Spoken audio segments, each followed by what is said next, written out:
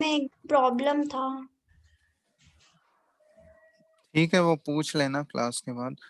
चलो, इसमें last class में कहाँ तक हुआ था बता सकते हो कोई?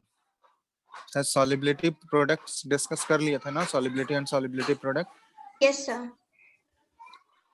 चलो, तो आज इसमें एक लास्ट टॉपिक बस बचा हुआ है, आयनिक प्रोडक्ट एंड प्रेसिपिटेशन। ठीक है, आयनिक प्रोडक्ट एंड प्रेसिपिटेशन। तो यहाँ पे ऑलरेडी हम लोग उस टाइप के सॉल्ट के लिए हम लोग इक्विलिब्रियम डील कर रहे थे, जो कि ऑलरेडी पानी में बहुत ही कम सॉल्युबल होता है, स्पेरिंगली सॉल्युबल सॉल्ट। तो उसके लिए हम लोग कंडीशन निकालना चाह रहे हैं, कौन से कंडीशन पे उसका प्रेसिपिटेशन स्टार्ट हो जाएगा, मतलब प्रेसिपिटेट फॉर्मेशन वो करने लगेगा, वो कौन सा कंडीशन होगा। तो वही हम लोग इस टॉपिक में पढ़ेंगे, आयनिक प्रोडक्ट एंड प्रेसिपिटेशन। ठीक है, तो जैसे मान लो कोई एक सॉल्ट ले लिया हम लोग A B, sparingly soluble salt है। इसके लिए इक्विलिब्रियम कैसे लिखते थे हम लोग? ये ए बी जो है सॉलिड, ये ए प्लस एक्वस और प्लस बी माइनस एक्वस। ठीक है, तो इसके लिए जो के एस पी लिखते थे, के एस पी का एक्सप्रेशन क्या हो जाएगा? Concentration of A plus into concentration of B minus. ठीक है, अब यहाँ पे के एस पी ये क्या है? इक्विलिब्रियम कांस्टेंट है। ये वाला एक्सप्रेशन जब लिखेंगे के एस पी का, तो हमेशा इक्विलिब्रियम पे लिखते हैं हम लोग, और इक्विलिब्रियम पे लिखते हैं और सैचुरेटेड कंडीशन पे। सैचुरेटेड कंडीशन समझते हो ना, लास्ट क्लास में ये डिस्कस भी किए थे। सैचुरेटेड कंसंट्रेशन मतलब वैसे कंसंट्रेशन जिस कंसंट्रेशन पे और ज्यादा अमाउंट ऑफ जो सॉल्ट है वो और पानी में मैक्सिमम उतना ही डिसॉल्व हो सकता है, और उससे ज्यादा वो डिसॉल्व नहीं हो सकता है, तो उसको सैचुरेटेड कंडीशन बोलते हैं या सैचुरेटेड कंसंट्रेशन। तो केएसपी जब भी हम लोग लिखेंगे तो वो या तो इक्विलिब्रियम पे आएगा, ठीक है, इक्विलिब्रियम कंडीशन पे लिखते हैं, और इक्विलिब्रियम कंडीशन मतलब सैचुरेटेड कंसंट्रेशन पे लिखा जाता है। अगर कंसंट्रेशन के टर्म में बोले तो कंसंट्रेशन क्या होना चाहिए? सैचुरेटेड। अब यहाँ पे एक टर्म आ रहा है आयोनिक प्रोडक्ट। तो आयनिक प्रोडक्ट का मतलब कैसे क्या हुआ? जैसे केमिकल इक्विलिब्रियम में तुम लोग को बताए थे, एक लिखते थे हम लोग इक्विलिब्रियम कांस्टेंट जिसको के से डिनोट करते थे, और एक होता था रिएक्शन कोशेंट जिसको क्यू से डिनोट करते थे। तो उन दोनों में डिफरेंस क्या था? दोनों का एक्सप्रेशन तो सेम रहता था, बट इक्विलिब्रियम कांस्टेंट जो है वो सिर्फ और सिर्फ इक्विलिब्रियम पे लिखा जाएगा, रिएक्शन जब इक्विलिब्रियम अटेन कर चुका होगा उस समय लिखा जाएगा। उसमें जो भी कंसंट्रेशन इन्वॉल्व होंगे या पार्शियल प्रेशर इन्वॉल्व होंगे वो इक्विलिब्रियम वाला पार्शियल प्रेशर या कंसंट्रेशन होगा। लेकिन जो रिएक्शन कोशेंट क्यू लिखते थे वो रिएक्शन के किसी भी टाइम पे लिख सकते हैं हम लोग। ठीक है, रिएक्शन के किसी भी टाइम पे किसी भी मोमेंट पे लिख सकते थे क्यू, और क्यू के वैल्यू से ये हम लोग डिटरमाइन करते थे क्यू और के को कंपेयर करके कि वो रिएक्शन फॉरवर्ड शिफ्ट होगा या बैकवर्ड शिफ्ट होगा वापस से इक्विलिब्रियम अटेन करने के लिए। ठीक है, वो सारा चीज हम लोग देखे थे केमिकल इक्विलिब्रियम में। तो उसी तरह यहाँ भी एक आयनिक प्रोडक्ट की बात करेंगे जिसको डिनोट करते हैं हम लोग आईपी से, के आई पी। ये आयनिक प्रोडक्ट हुआ। तो इसका एक्सप्रेशन जो है बिल्कुल सेम जैसे के एस पी का एक्सप्रेशन है, बिल्कुल सेम होगा।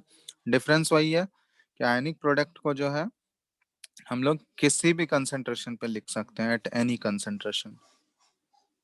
ठीक है, जो केएसपी था वो हम लोग सिर्फ और सिर्फ सैचुरेटेड कंसंट्रेशन पे लिख सकते हैं। ठीक है, लेकिन के आई पी जो है आयनिक प्रोडक्ट, ये उस सॉल्ट के किसी भी कंसंट्रेशन पे हम लोग लिख सकते हैं। और ये के आई पी हम लोग क्यों पढ़ रहे हैं? क्योंकि के आई पी के हेल्प से ही, के आई पी और के एस पी को कंपेयर करके ही हमको पता चलेगा कि वो सॉल्ट का प्रेसिपिटेशन होगा या नहीं होगा, सॉल्ट प्रेसिपिटेट फॉर्म करेगा या नहीं करेगा। ठीक है, तो इसके लिए कंडीशंस होता है। आवाज आ रहा है सबको? हेलो। Yes sir. तो इसके लिए तीन केसेस हम लोग बनाते हैं, तीन कंडीशंस हैं। तो सबसे पहला कंडीशन देखो लिख रहे हैं, अगर मान लो के आई पी, ये जो आयनिक प्रोडक्ट है, इसका वैल्यू अगर के एस पी से कम हो गया, ठीक है, के आई पी का वैल्यू के एस पी से अगर कम है, इसका मतलब क्या बोलेंगे? के एस पी हम लोग सैचुरेटेड कंसंट्रेशन पे लिखते हैं, ठीक है, और के आई पी जो है वो किसी भी कंसंट्रेशन पे लिख रहे हैं। अगर के आई पी जो है KSP से अगर कम है, इसका मतलब वो सॉल्ट जो है अभी सैचुरेटेड स्टेट में नहीं पहुंचा, सैचुरेटेड कंसंट्रेशन पे वो अभी रीच नहीं किया है। मतलब कि उस सॉल्यूशन में और भी हम लोग अमाउंट ऑफ सॉल्ट डिसॉल्व कर सकते हैं। तो इसका मतलब KIP का वैल्यू जब तक KSP से कम रहेगा, इसका मतलब वहां पे और सॉल्ट जो है डिसॉल्व किया जा सकता है एक्वस सॉल्यूशन में। ठीक है, तो इसका मतलब हम लोग लिख सकते हैं यहाँ पे मोर सॉल्ट कैन बी डिसॉल्व। ठीक है, तो ये फर्स्ट कंडीशन है कि KIP आयोनिक प्रोडक्ट का वैल्यू अगर KSP से कम है, इसका मतलब उस सॉल्यूशन में और भी सॉल्ट डिसॉल्व हो सकता है, अभी वो सैचुरेटेड कंसंट्रेशन पे नहीं पहुंचा है।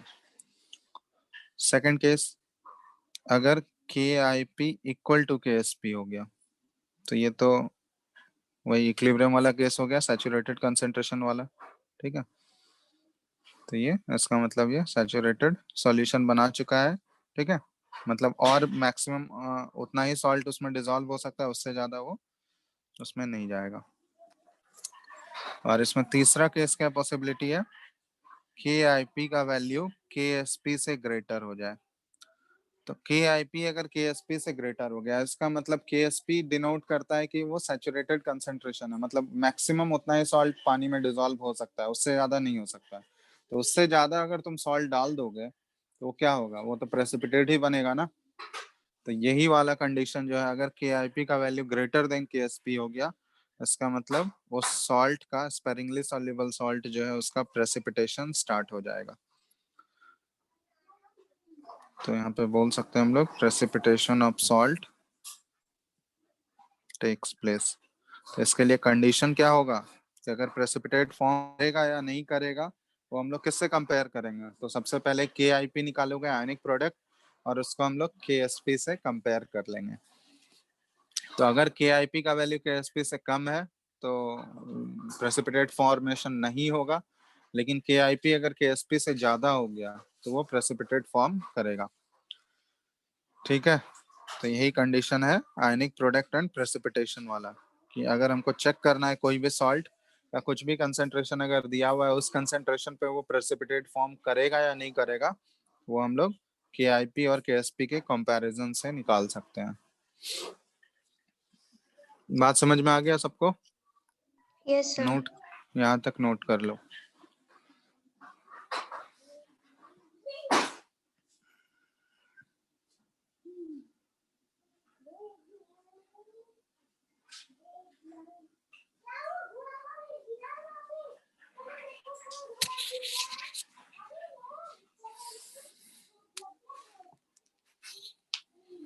लिख लो फटाफट।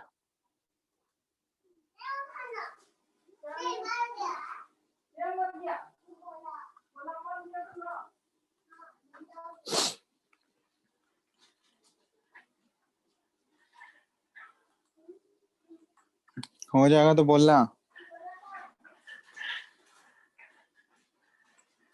हो गया लिखा हुआ? Yes, sir.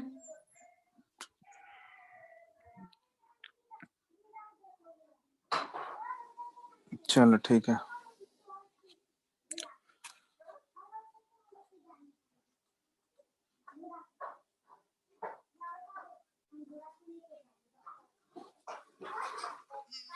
चलो तो एक क्वेश्चन देते हैं,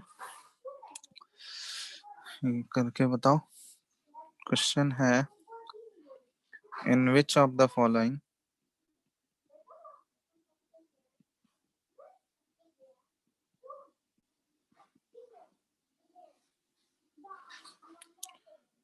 cases precipitation of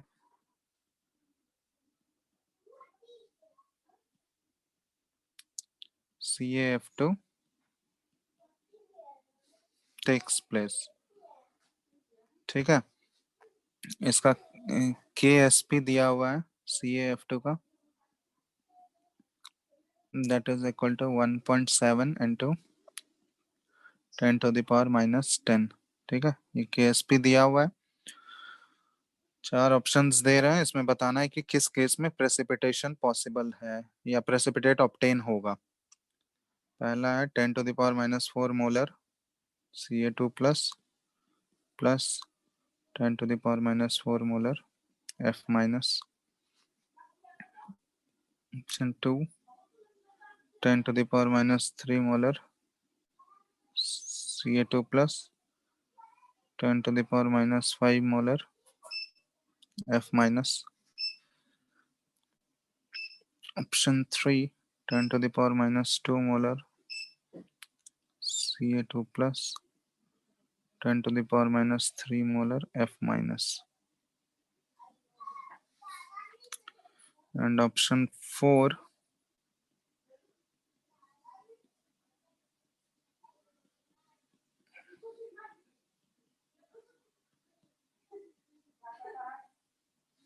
चल इन चारों ऑप्शंस में बताना है किस केस में प्रेसिपिटेट फॉर्मेशन होगा.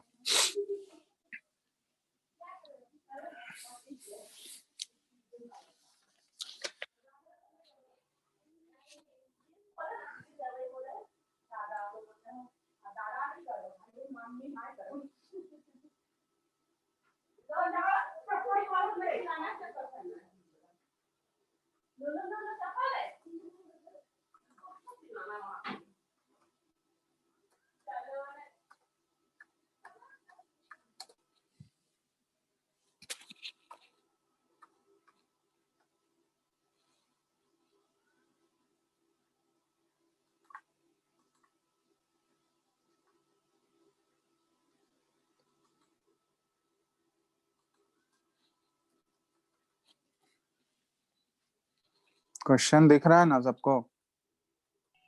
Yes sir.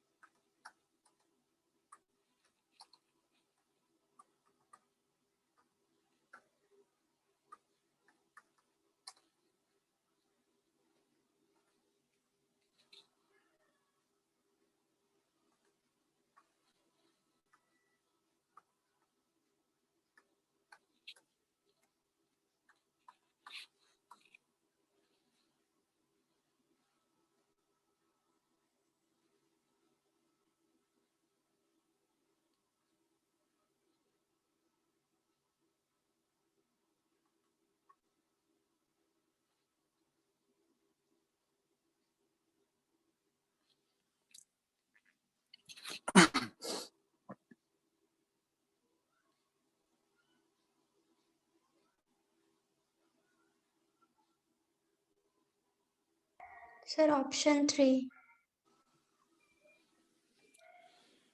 ऑप्शन 3. चलो ठीक है, देखते हैं. बाकी लोग और बताओ कोई. यस सर, ऑप्शन 3 होगा. IP 10 to the power minus 1 आया है.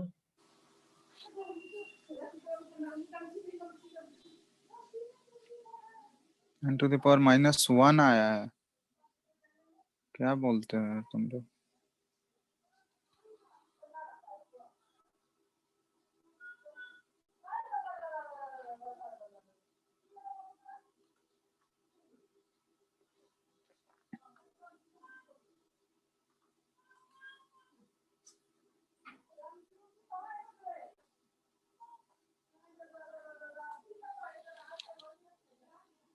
सर 8 आया, 10 to the power minus 8. सबका आ गया आंसर?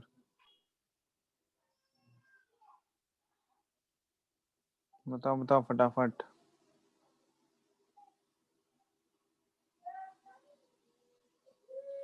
देखो फर्स्ट वाले केस में केएसपी तो गिवन है, बस हम लोग केआईपी सारे केसेस में निकाल लेंगे, उसको केएसपी से कंपेयर कर लेंगे। तो पहले वाले केस में केआईपी क्या हो जाएगा? केआईपी कितना आया पहले वाले में? केआईपी 10 to का the power minus 12. एक्सप्रेशन क्या हो जाएगा? Concentration of Ca2 plus into concentration of F minus का होल स्क्वायर, यही तो होगा। बताओ। Yes, sir. तो फर्स्ट वाले केस में 10 टू द पावर माइनस 12 हो जाएगा केआईपी। सेकेंड वाले केस में Minus 13. -13, 10 to the power -13। Third वाले में 10 टू द पावर -8, और फोर्थ वाले में 10 टू द पावर -11। तो इन चारों में से तुमको चेक करना है किस केस में केआईपी जो है केएसपी से बड़ा है। तो केएसपी का वैल्यू तुम्हारे सामने है 10 टू द पावर -10 के ऑर्डर में। तो कौन सा इन चारों में से कौन सा वैल्यू तुमको दिख रहा है जो केएसपी से बड़ा है? यही वाला, that is greater than Ksp. बाकी सारा तो केएसपी से छोटा ही दिख रहा है। तो ऑप्शन थर्ड। तो जिस केस में केआईपी जो होगा केएसपी से ग्रेटर होगा, मतलब उसमें प्रेसिपिटेट का फॉर्मेशन होगा, प्रेसिपिटेशन अकर्स। बात समझ में आया क्या बोल रहे हैं? Yes, sir. Yes, sir.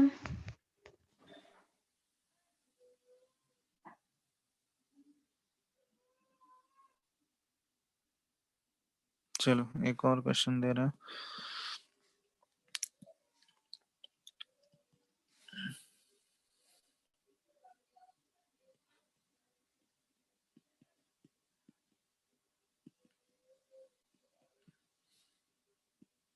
The solubility product of BaSO4 is 1.5 into 10 to the power -9.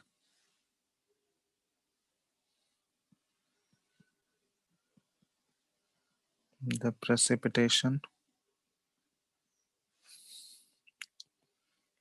ने 0.01 molar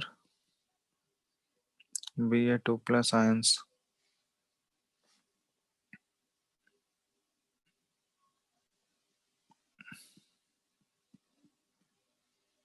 solution will start on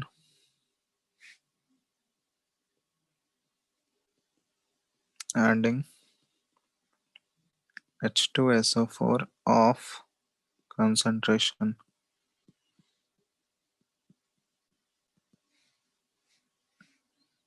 चार ऑप्शन है। 10 to the power -9 molar, option B 10 to the power -8 molar, option C 10 to the power -7 molar, option D 10 to the power -6। चलो करो।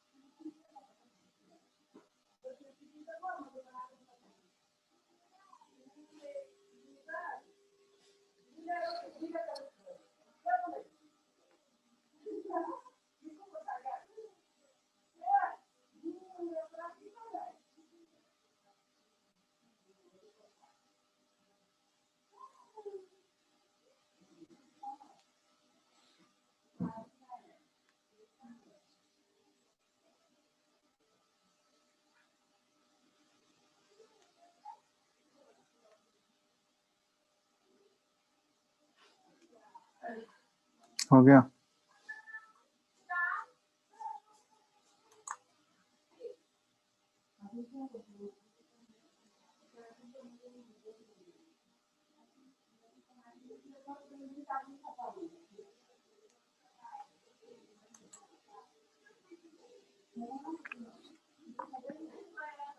Sir 10 to the power -6 होगा.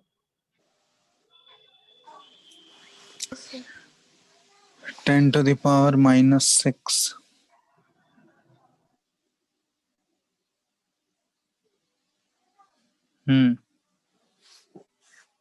सबका Yes, आ sir. रहा है? Yes, sir.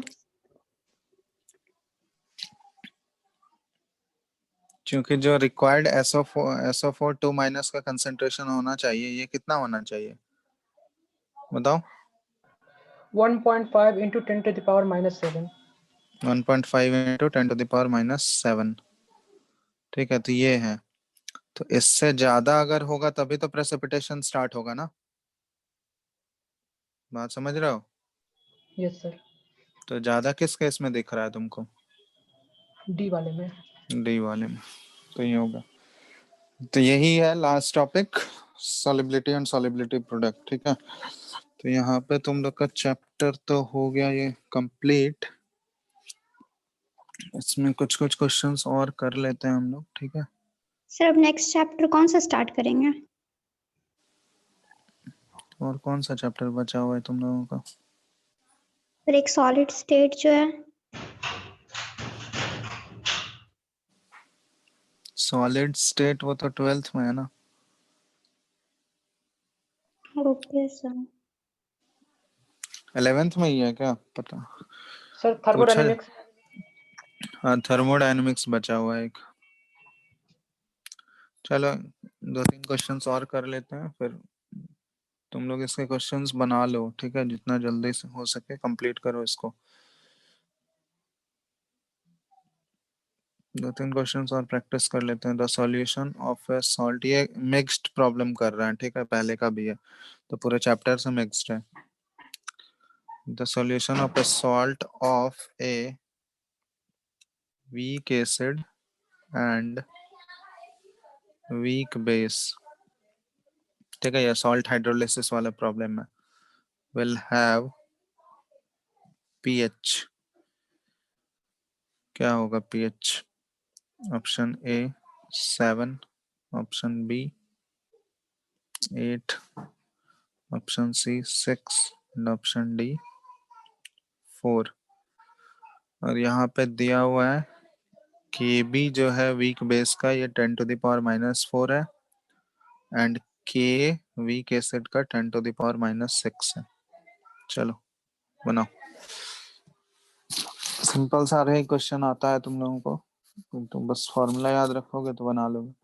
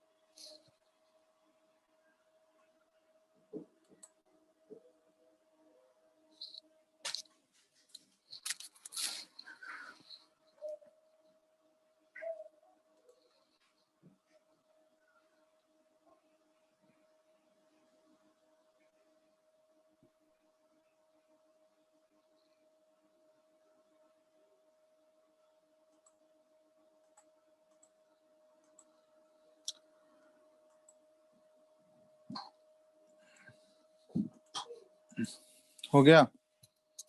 कितना time लगाते हो तुम लोग?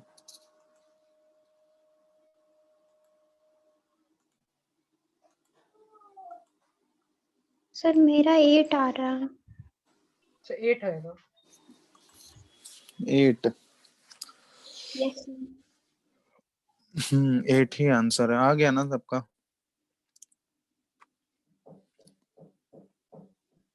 आंसर 8 है। बताना तो नहीं है? No sir. चलो, बताना नहीं है तो next question.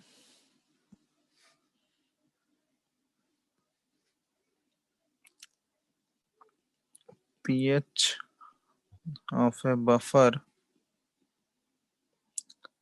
containing 6 gram of CH3COH and 8.2 gram of CH3COONA in 1 liter of water is, 4 options इसमें दिए गए हैं। 7.5, option B 4.74, option C 5.5, option D 6.5। यहाँ पे पीके दे दिया है वीक एसिड का एसिटिक एसिड का पीके 4.74 है, ये गिवन है। चलो करो।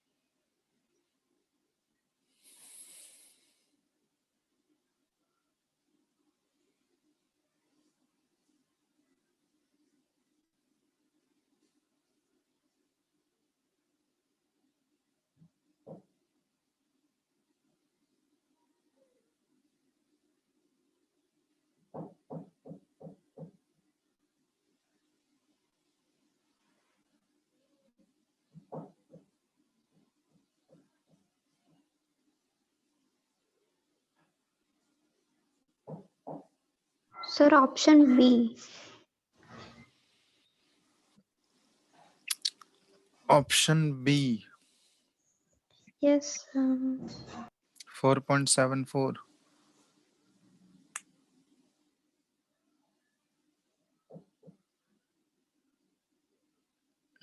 ठीक है, क्योंकि log वाला टर्म जो है वो कैंसिल आउट हो, log 1 आ जाएगा ना, तो log 1 का वैल्यू तो 0 होता है, वही होगा ना। Yes sir. आ गया सबका? हेलो, बताना तो नहीं है? नहीं सर।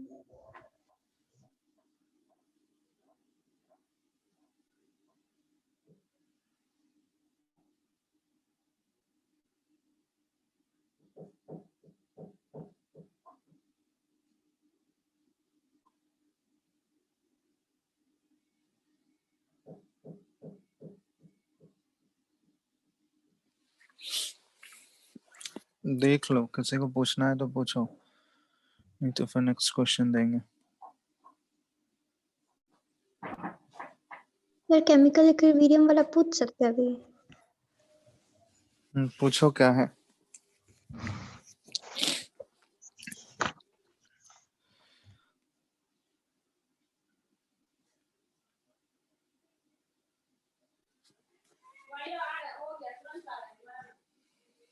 सर एक्सरसाइज 3 का क्वेश्चन नंबर 14। एक्सरसाइज 3.14 मेरे पास तो बुकलेट है नहीं, क्या है क्वेश्चन? बहुत लंबा है क्या? तो हम भेज देते सर टेलीग्राम पे फोटो। भेजो।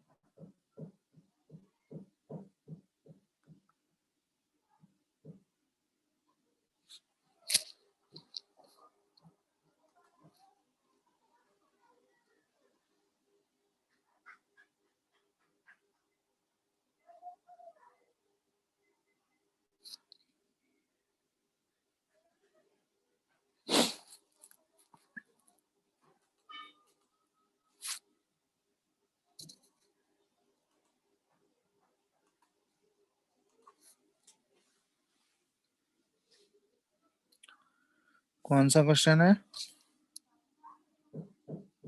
14. Hello, Yes, sir. Question number 14. Effect of increasing temperature on equilibrium constant is given by log K2 by K1 is equal to, तो ये तो बताइए है, log K2 by K1 that is equal to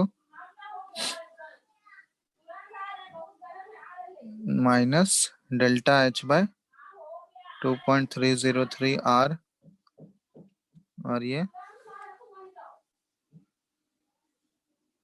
1 by T2 minus T1 T1. ठीक है. Then for an endothermic reaction the fault statement is,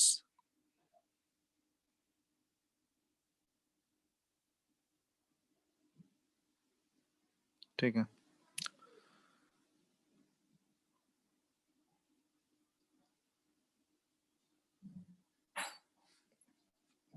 तो endothermic reaction है, तो एंडोथर्मिक रिएक्शन के लिए फॉल्स स्टेटमेंट क्या होना चाहिए बताओ. तो तुम लोग को ये कंडीशंस तो ऑलरेडी बताई ही है ना, Yes, sir.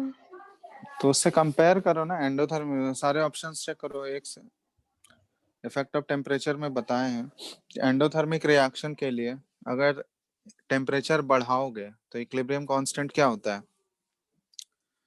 For an endothermic reaction ये बताए हैं कि अगर इंक्रीज करेंगे temperature, if temperature increases, temperature increases मतलब T2 अगर ग्रेटर देन T1 हो गया तो इसका मतलब क्या होगा. टेम्परेचर बढ़ा रहे हैं तो इसका मतलब K2 is Reaction. K2 is greater than K1. ये एंडोथर्मिक का केस है. K2 भी इंक्रीज होता है. ठीक है, मतलब इक्विलिब्रियम कांस्टेंट भी बढ़ेगा टेम्परेचर के साथ. तो ये एंडोथर्मिक के लिए है ये कंडीशन. तो इसमें कंपेयर कर लो ऑप्शन से, तो देख लो यहाँ पे क्या क्या ऑप्शंस दिए गए हैं. एक मिनट रुको, कहाँ गया. तो इसमें जो पहला ऑप्शन है, और एंडोथर्मिक के लिए डेल्टा एच तो हमको पता है, डेल्टा एच का वैल्यू ये क्या होगा, पॉजिटिव होगा. एंडोथर्मिक के लिए डेल्टा एच पॉजिटिव होता है ना, Yes, sir. तो डेल्टा एच पॉजिटिव. तो यहाँ पूछा गया है which of the following is false statement, तो इनकरेक्ट वाला पूछा गया. तो डेल्टा एच पॉजिटिव ये करेक्ट है. K2 ग्रेटर देन K1 ये भी करेक्ट है. दूसरा,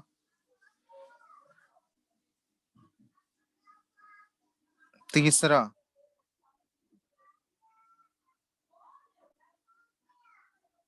log K2 is greater than log K1,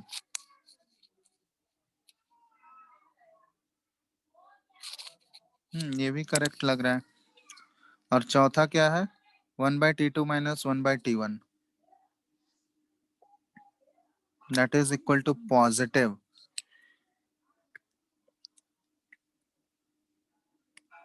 ये पॉजिटिव होगा क्या बताओ. सर ऑप्शन फर्स्ट और सेकंड ही में नहीं समझ में आ रहा है, बाकी 3/4 तो आ गया था समझ में. अरे तो ऑप्शन सेकंड में क्या है, अगर तुम्हारा K2 ग्रेटर देन K1 है तो उसका लॉग का वैल्यू भी तो ग्रेटर होगा. लॉग ले लेंगे दोनों साइड तो, लेकिन वो K एक्चुअली वो K के वैल्यू पे डिपेंड करेगा कि K का वैल्यू 1 से छोटा है या 1 से बड़ा है, क्योंकि लॉग का प्रॉपर्टी होता है ना. और ऑप्शन, चलो पहला ऑप्शन ए देख लो. ऑप्शन ए में है 1/T2 minus 1/T1 ये पॉजिटिव. तो यहाँ पे देखोगे 1/T2 करोगे तो T2 बड़ा है ना, टेम्परेचर यहाँ इंक्रीज कर रहे हैं तो T2 इंक्रीज हुआ है. तो 1/T2 अगर करोगे तो नीचे बड़ा वाला वैल्यू आएगा, तो वो तो ये वाला ओवरऑल क्या आएगा तुम्हारा, ओवरऑल तो नेगेटिव हो जाएगा ना. ये समझ रहे हो. ये yes sir. 1/T2 minus 1/T1 अगर करेंगे तो यहाँ T2 हमको दिया हुआ है कि T2 ग्रेटर देन T1 है, तो ओवरऑल 1/T2 का वैल्यू क्या हो जाएगा. अगर T2 ग्रेटर देन T1 है इसका मतलब 1/T2 is less than 1/T1. समझ रहे हो बात? यस सर, समझ तो गया। 1/T1 बड़ा होगा ना 1/T2 से, तो इसका जब डिफरेंस लेंगे 1/T1 माइनस 1/T2, तो ये डिफरेंस क्या आने वाला है? पॉजिटिव आने वाला है या नेगेटिव? नेगेटिव आएगा, नेगेटिव ही आएगा ना। Yes sir.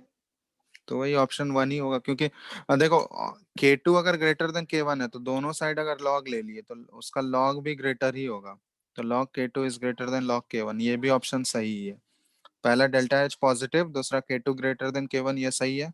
और तीसरा log K2 greater than log K1, ये तीनों सही है। तो वही ऑप्शन फर्स्ट ही गलत है, वो नेगेटिव होना चाहिए। ठीक है। Yes sir.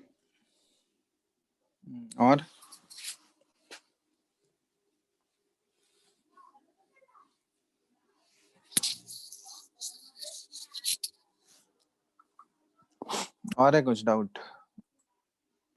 No sir. बाकी लोग कुछ बनाए हो या नहीं? हेलो,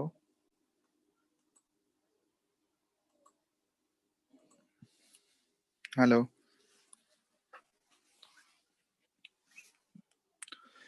बाकी लोग को रिस्पॉन्ड करेगा या नहीं? ऋषि,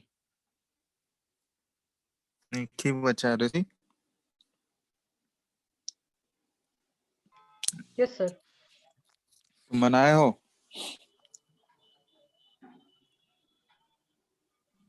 किसका सर? केमिकल बॉन्डिंग, केमिकल वाला का?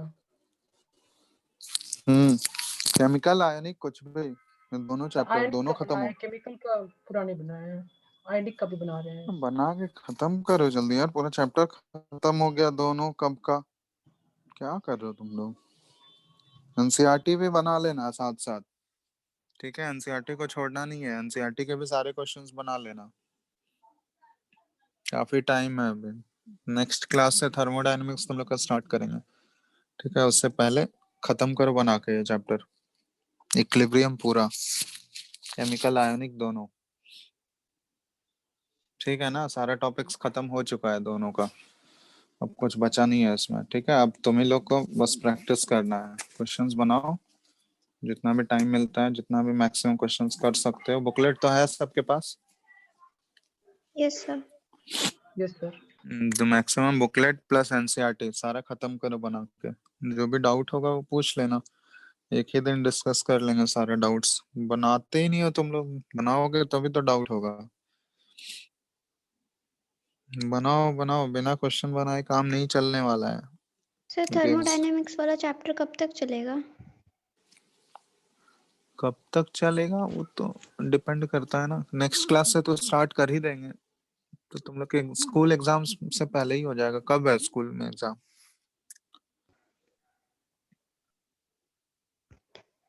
सर थर्मोडायनेमिक्स वाला चैप्टर कब तक चलेगा?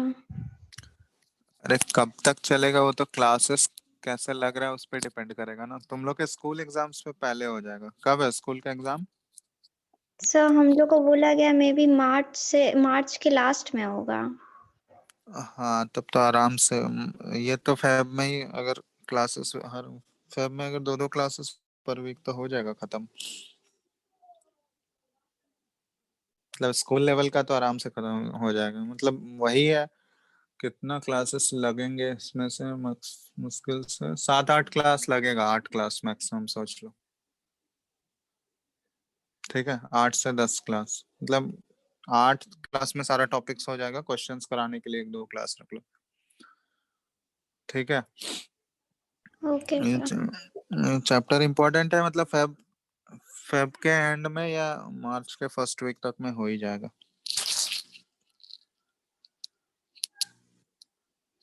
ठीक है, तब तक तुम लोग इसको खत्म करो बना के, जितना भी चैप्टर्स हो चुका है।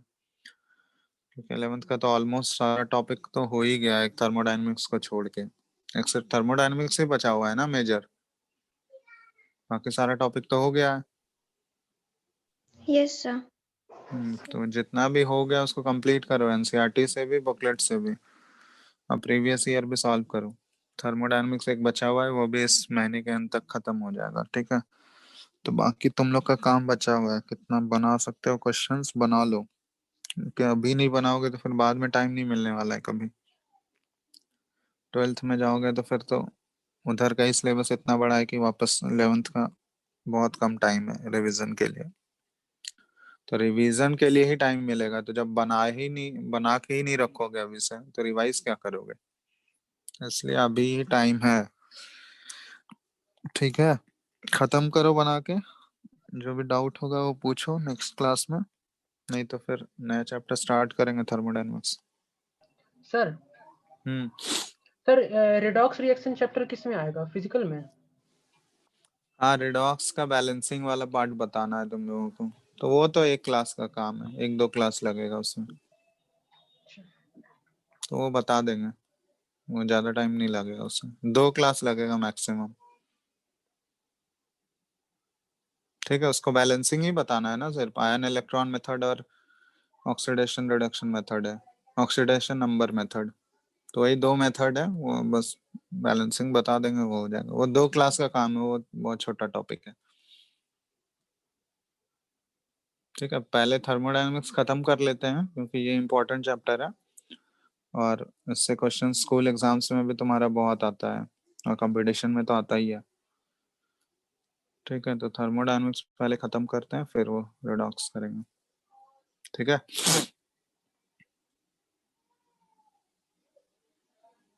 चलो तब फिर बनाओ फिर तुम लोग, नेक्स्ट क्लास में तो थर्मोडायनेमिक्स से स्टार्ट करते हैं। ठीक है, okay sir, yes sir. Thank you. चलो, थैंक यू।